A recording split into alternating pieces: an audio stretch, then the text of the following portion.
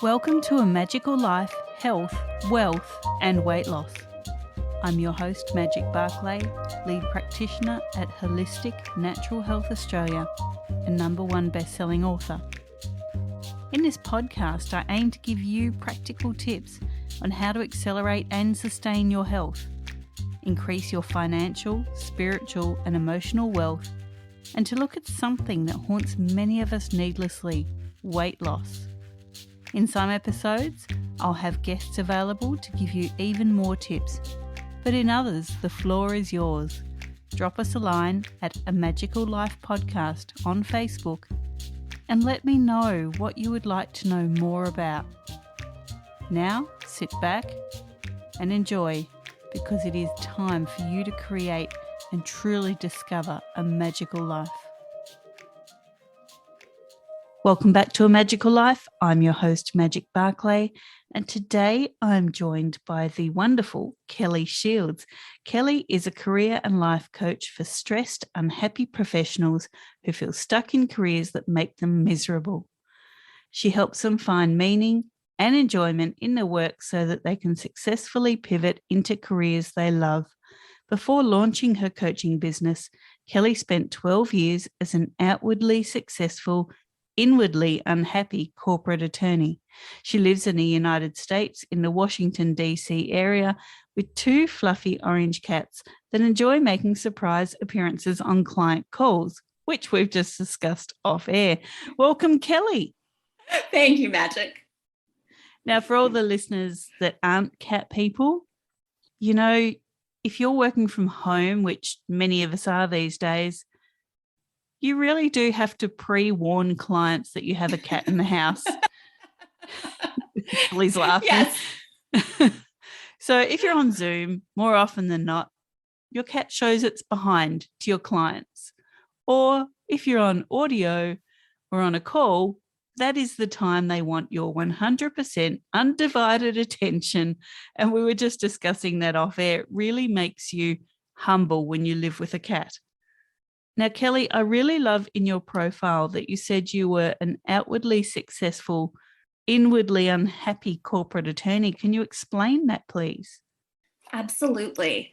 You know, I had followed the rules all of my life that I was told would lead to being quote unquote successful, and that would lead to being happy and having a good life. So I'd always gotten good grades and excelled and reached for the next golden rung. But after I was in law school and started working at a law firm, you know, I realized, oh my goodness, I just am miserable. I don't like this work. I'm both bored and overworked at the same time. This is like pulling teeth every day just to get through the workday. But on the outside, I was making a good salary. I got to take fancy work trips. I was doing prestigious work. I mean, for a number of years in my career, I was working about 2 blocks from the White House. So by all the external metrics of success, I have reached it. But what does that mean if at the end of the day you're exhausted and all you can do is just kind of crash until you go to bed and repeat it all over again? So everything kind of sounded impressive from the outside, and I had all the things I'd worked for, but it just turned out that that standard one-size-fits-all definition of success really does not work, and it really had a negative impact on my health, mental and physical, and well-being. Thanks for explaining that. I think there's many people out in the world, and certainly I've interviewed quite a few other podcast guests that feel exactly the same way. And I think for many of us, you know, we get into a job that we think we might love when we're young, but as we get older, our parameters change of what is enjoying and what is fulfilling, but we feel kind of stuck. And I think that's a really great message to get out here to the listeners, is that you're never actually stuck.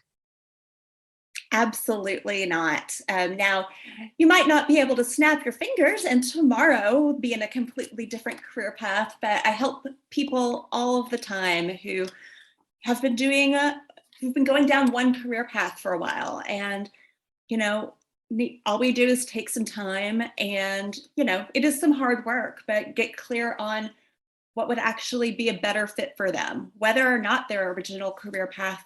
Sometimes people used to love their career path and something in them changed.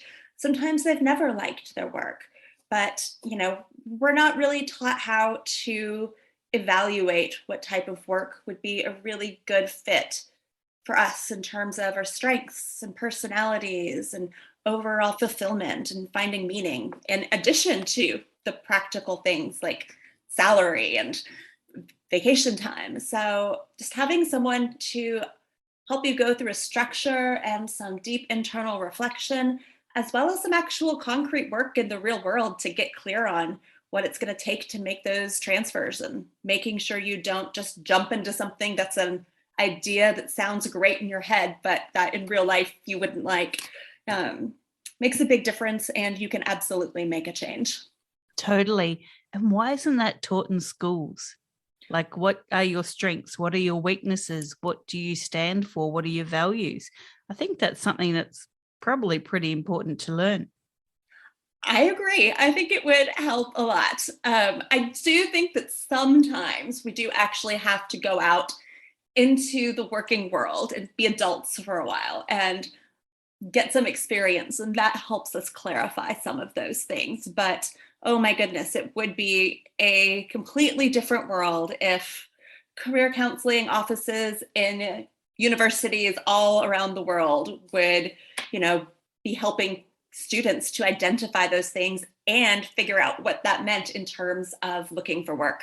Thanks for sharing that. Now, Kelley, we talk about health here. So when we're talking health, it's not just the physical, but also the spiritual and emotional.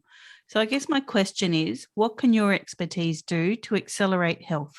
Oh, my experience with so many of my clients is that how you're spending your time working, because it's so much of your waking life, has a massive impact on all three areas of your health that you just mentioned.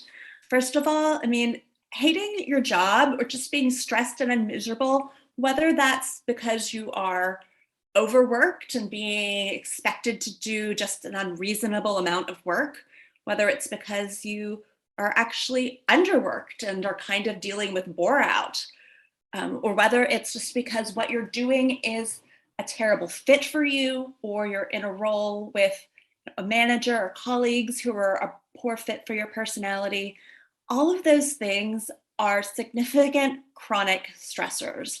So we're talking the kind of things that happen all day, every day, and last for years. And that kind of chronic stress has been, related to up to 75 to 90% of diseases. That's because it leads to inflammation, which leads to disease. So we're marinating in this inflammation causing environment. So naturally it has a very harmful effect on many of our physical bodies. Then emotionally and spiritually, there's so many people who feel like what they are doing isn't really making a difference in the world, that the world wouldn't be a worse off place if their jobs didn't exist, or who are just showing up and just their spirits are being just ground into the ground by the repetition and monotony and drudgery and of what they're doing, or just the poor fit. And it just really has a soul crushing effect. And that can often be really linked to depression and other mental health issues, as well as just, again, like I said, it's just soul crushing. All of those things together, I mean, also contribute to how fatigued and exhausted so many people are. Which, if you just on a surface level, we have the easiest access to the most energy laden food that humans have ever had, but we're exhausted.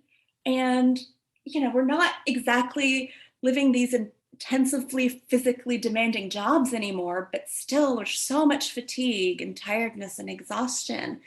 And a lot of that is because of, stress and fatigue go hand in hand. This living in something soul crushing every day goes hand in hand with being exhausted.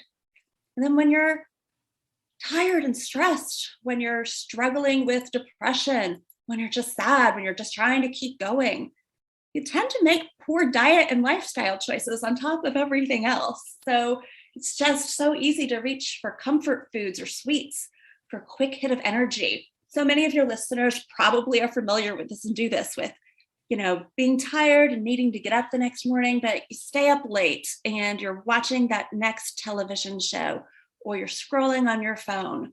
And, we call it revenge bedtime procrastination. Because you don't have the time during the day to engage in the kind of, fulfilling and joyful activities that you would want. So you end up sacrificing sleep because some part of you is just trying to have some time for you.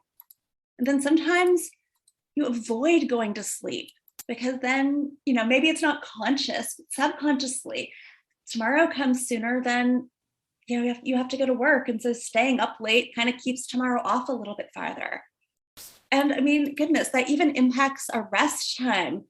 There's a term called the Sunday scaries for when stress about your impending work week or dread of Monday morning starts to ruin your weekend, starts to ruin your Sunday and take away from what should be wonderful, refreshing personal time. And then all of that can even mean that we start having a hard time getting ourselves to do things that would make us feel better, like exercise, like getting together with our friends, because we're tired and it's just hard. And that just keeps on adding to the cycle as well. I think that's really important information. And I love that term, revenge bedtime procrastination, because, geez, I think I've done that as well. I think we all have. When you just know you have to go to bed, but you just don't want to because well, I hate telling myself what to do. I hate anyone telling me what to do, as the listeners will know. But certainly knowing I have to get up. And what I find is if I have a really big day, like with a big drive or something the next day, I sleep so poorly. And it's not through anxiety. It's because I don't want to have to go to bed, which is crazy. But anyway, my listeners know we've established the fact that I'm completely nuts. We do talk wealth here as well. And we're not just talking the financial, but the personal and emotional wealth, because they all tie in together. So what are your top 3 tips to creating wealth? I love that question. That's such a great one. And I love the way that you are framing it for your listeners. So I think my first tip is to get clear on your personal core values. Like, you need to be able to recognize and articulate what's most important to you in order for you to create abundance in those areas of your lives. We can use me as an example.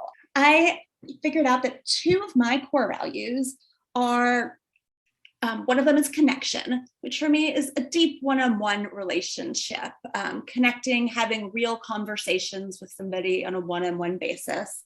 It's just very meaningful to me. And a second core value is joy, which I define as fun and happiness and adventure.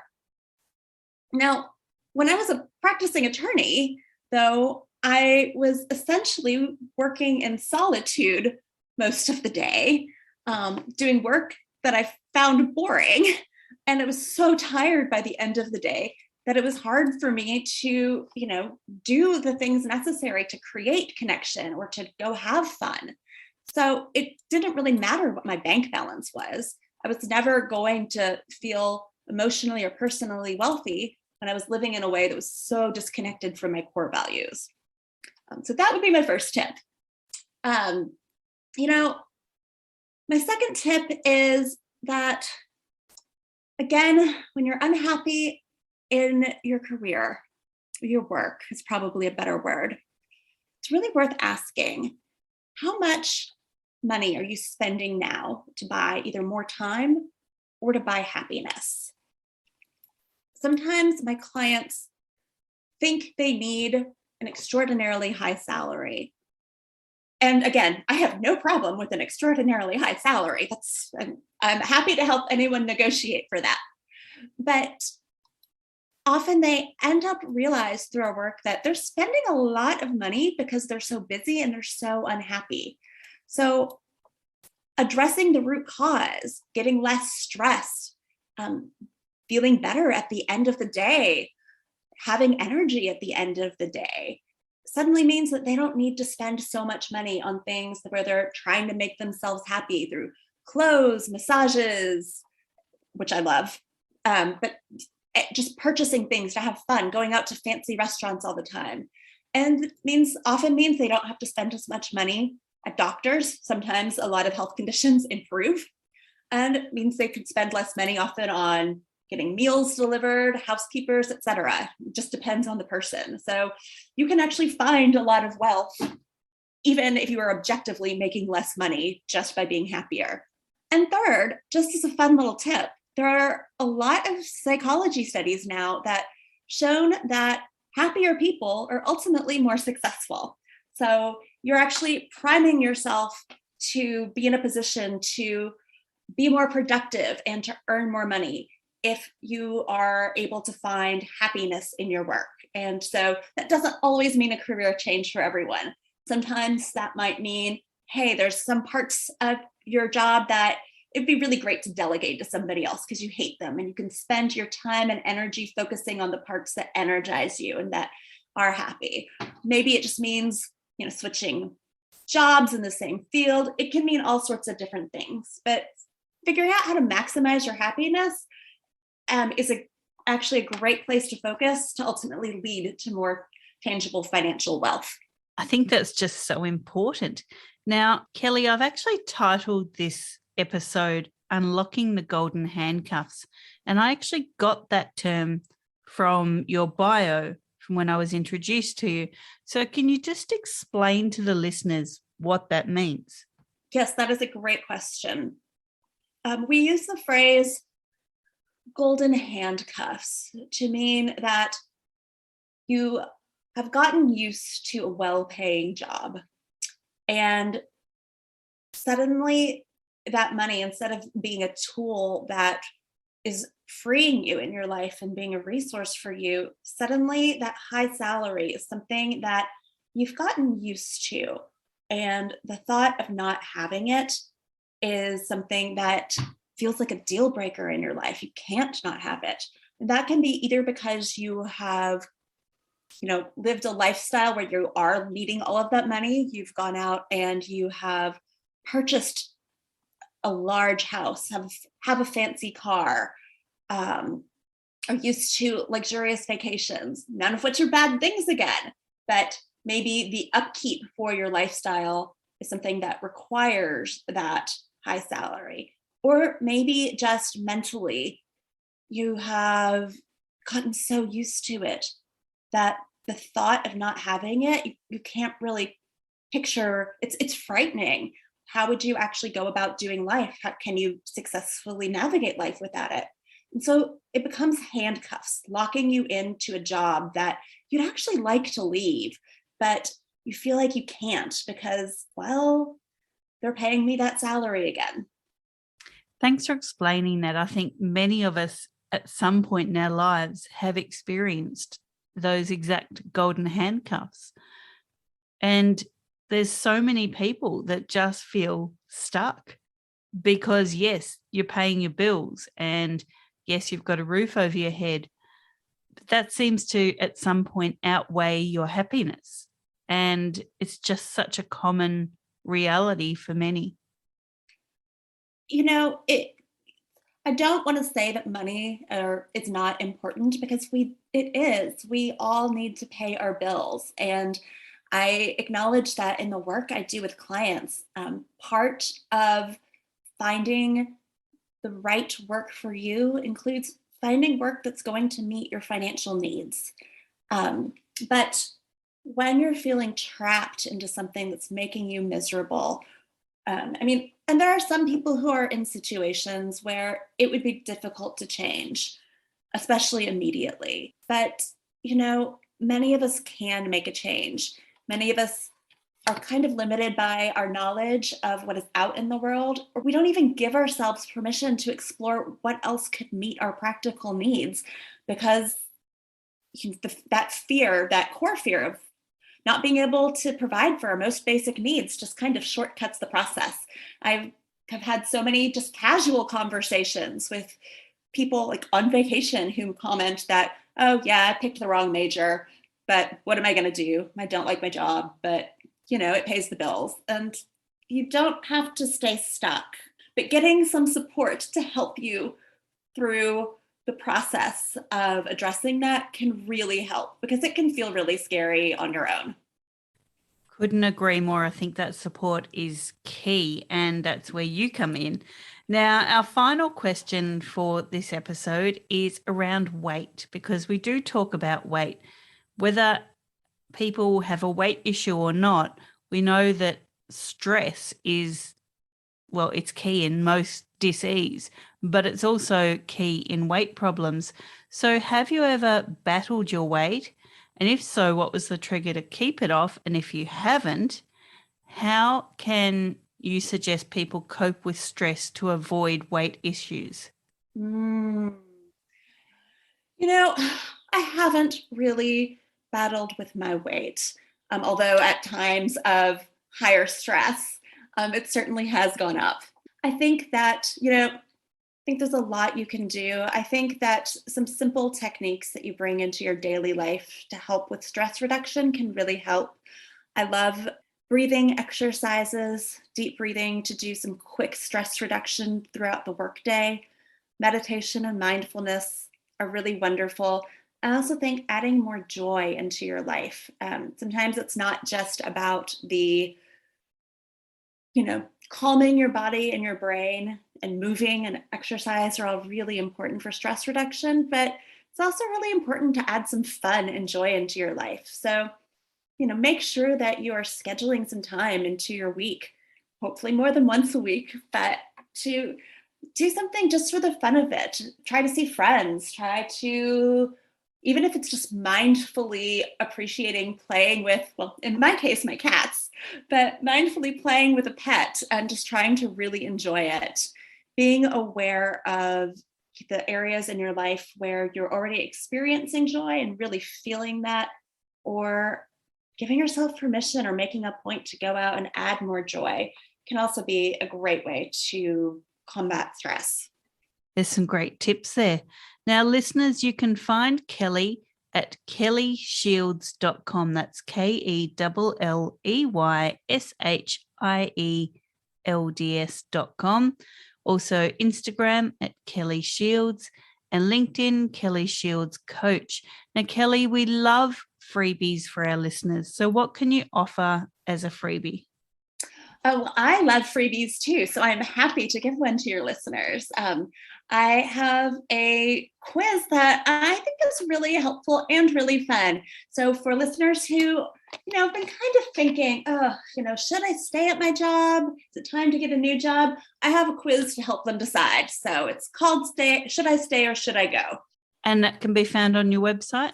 Yes, that can be found on my website. You can go to the homepage and it is, right underneath the header. Fantastic. Listeners, this was your episode 104. In 105, Kelley will be back to talk about It's Never Too Late for Change. And listeners, thank you for your time. Go forth and create your magical life. Thanks for listening today. Please subscribe to hear future episodes, leave a review, and share this podcast. You can follow us on Facebook at A Magical Life Podcast or at Holistic Natural Health Australia. That's holistic with a W.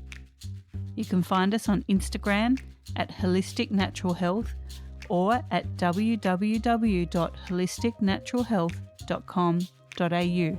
That's where you'll access all sorts of articles, freebies, and more.